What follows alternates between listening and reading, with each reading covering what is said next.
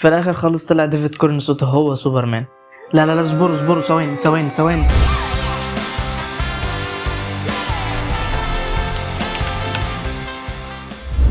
الفيديو ده هيتقسم على حاجتين. الجزء الاولاني وهو ان احنا هنريفيو مسلسل بيس ميكر عادي بنفس الطريقه اللي احنا ماشيين عليها، والجزء التاني هيبقى على ان ليه المسلسل ده الدنيا مقسومه عليه بالشكل الرهيب ده. ناس بتقول ان هو حلو جدا وناس تانية بتقول ان هو وحش جدا. نخش الاول بسرعه في ايجابيات المسلسل وليه المسلسل ده بالنسبه لنا حلو، وايجابياته اكتر من سلبياته بكتير وتغطي كمان على سلبياته. من اهم الحاجات اللي بتمثل ايجابيه فعلا في المسلسل ده وهو اخراج جيمس جان.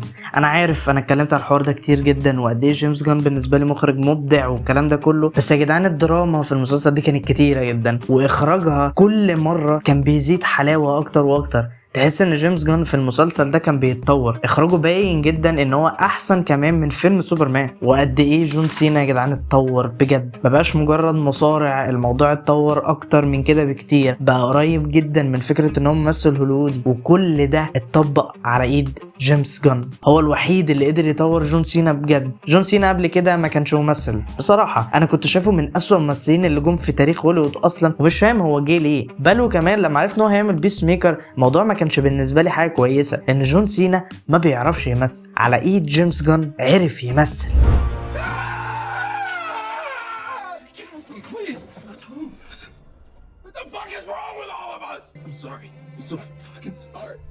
باقي الكاست يا جماعه ابدع بشكل منقطع النظير، ده غير طبعا جينيفر هولاند مرات جيمس جان ذات نفسه اكيد هتبقى ممثله كويسه. ويا جدعان بجد ريك فلاج سينيور، الراجل ده كاريزما. انا اشتريت الاكشن اللي كان عمال يعمله على ان هو قاعد بيقتل في جون سينا حرفيا ومطلع عينه. انا مستني باتمان، عايز اعرف باتمان هيبقى عامل ازاي. انا لما شفت ريك فلاج بيعمل اللي هو بيعمله ده، جدعان باتمان في ايد امينه. الحاجه اللي بعد كده وهي البلوت تويست بتاعت المسلسل، على ما اعتقد في ناس كتير جدا هرشت ان العالم التاني ده يبقى ايرث اكس، ولكن الموضوع كان حلو جدا وده باين قوي في الحلقه السادسه وفي الحلقه السابعه لما الدنيا اتغيرت بجد والعالم ده ظهر على عيبه قوي. ده غير الحاجه اللي اتحسنت في بيس ميكر اكتر بكتير من الجزء الاولاني وكمان من فيلم سوبرمان، وهي الكوميديا. الافات هنا بقت حلوه، الكوميديا هنا كانت متمثله في فيجيلانتي اللي هو ادريان.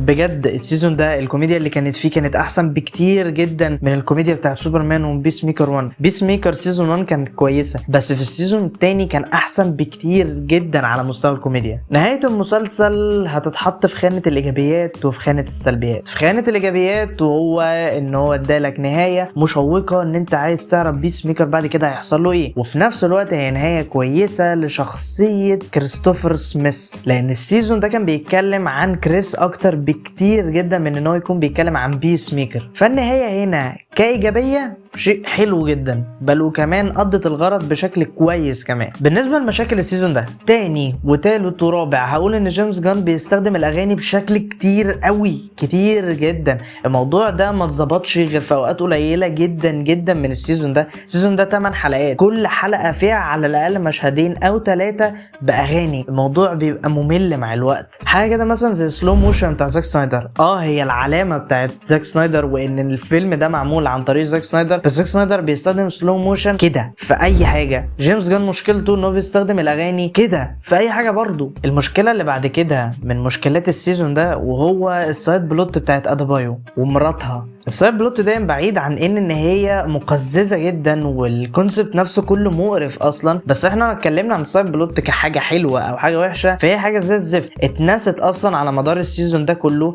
ما رجعش افتكرها تاني غير في اخر السيزون في اخر حلقه، فالموضوع ما كانش اي 60 لازمه. بس انا سعيد طالما ادابايو سابتها. الحاجه اللي بعد كده وهي نهايه المسلسل. نهاية المسلسل زي ما قلنا ان هي ايجابية كبيرة جدا، فهي سلبية بالنسبة لناس معينة، زي مثلا الناس اللي كانت مستنية كاميوز. الناس كانت مستنية ان دي سي يو كلها تظهر في اخر حلقة من مسلسل بيس ميكر، وكأن ان خلاص ده حاجة كبيرة ولازم ده يحصل، ونسيوا خالص ان المسلسل ده اساسا بيتكلم عن بيس ميكر، والسيزون ده بالذات بيتكلم عن كريس سميث فقط.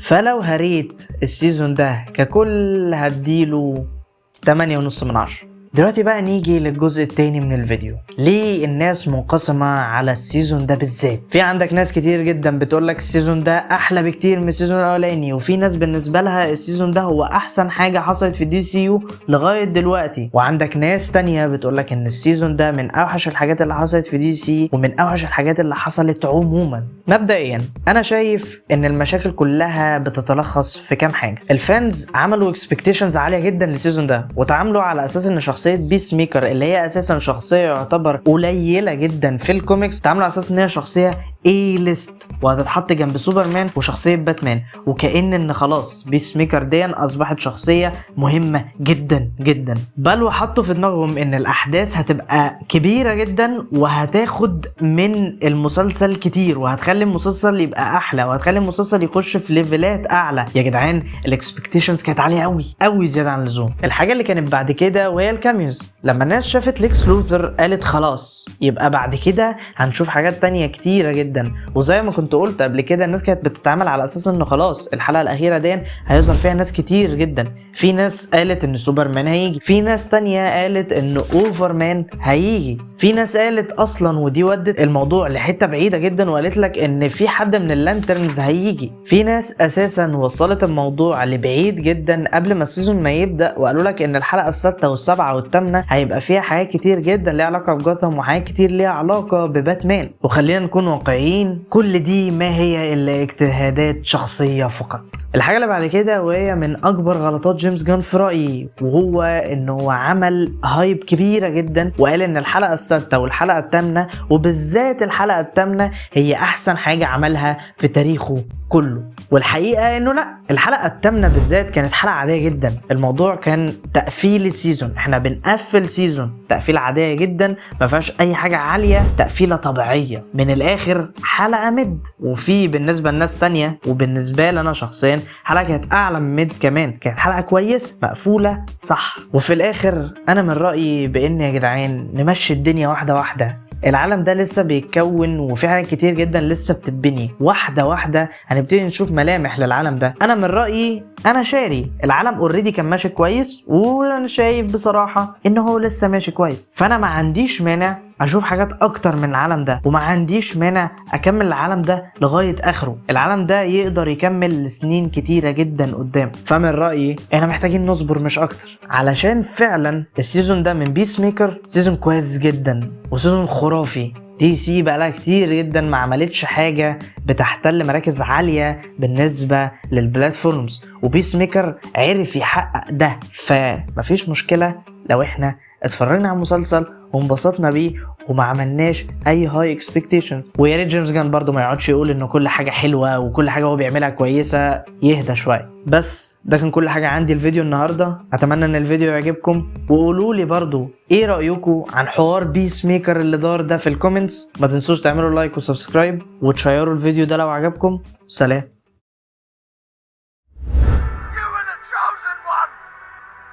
Said that you would destroy this Sith, not join them!